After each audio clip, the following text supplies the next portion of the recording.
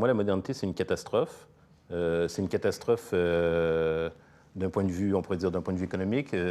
Silvia Federici l'a montré pour les femmes aussi, c'est une catastrophe pour les femmes. Et au niveau de la politique, ce qui est un mythe que j'essaie de déconstruire, c'est qu'en fait, souvent en sciences politiques ou en philosophie politique, on nous dit, vous connaissez le mythe, la légende, c'est que, en fait, la démocratie a été inventée à Athènes.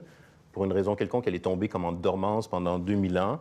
Il n'y avait personne d'autre sur la Terre qui avait pensé fonctionner en délibération que les Athéniens, les hommes en plus. Et puis là, à Paris, sur la rive de la Seine, en 1789, ou à Boston, pendant la guerre d'indépendance américaine, là, la démocratie renaît. Mais comme c'est une autre civilisation, c'est la modernité, on ne peut pas avoir une démocratie directe, il faut qu'elle soit représentative parce que là, maintenant, c'est plus une cité, c'est une nation, et donc il y a tout plein de problèmes. Et donc, mais on a une démocratie quand même, c'est simplement qu'elle est représentative.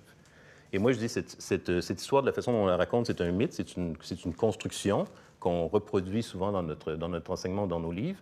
Et je pense qu'il faut voir cette question de façon tout à fait différente. C'est-à-dire que, premièrement, il n'y a pas de lien direct entre Athènes et Paris ou Boston. Ça, c'est encore moins Ottawa.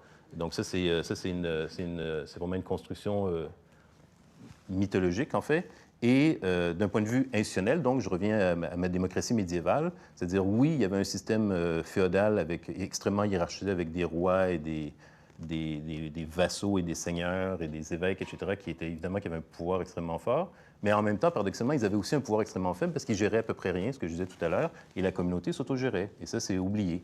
Et avec la création de l'État moderne, évidemment issu de la monarchie absolue, et après ça, les parlementaires qui vont prendre le contrôle, le pouvoir du roi pour l'avoir pour eux, pas besoin de féminiser à ce moment-là, dans leurs assemblées législatives, bien, ils vont dire ça, c'est de la démocratie, mais en fait, pour moi, c'est pas de la démocratie, c'est autre chose. Ils ont détruit, en fait, les espaces où il y avait possibilité pour les gens, pour le peuple, ce que j'appelle le peuple, donc de réellement, ce qu'on dirait aujourd'hui, c'est s'autogérer, en fait. Et ça a été détruit au nom de la dite démocratie représentative.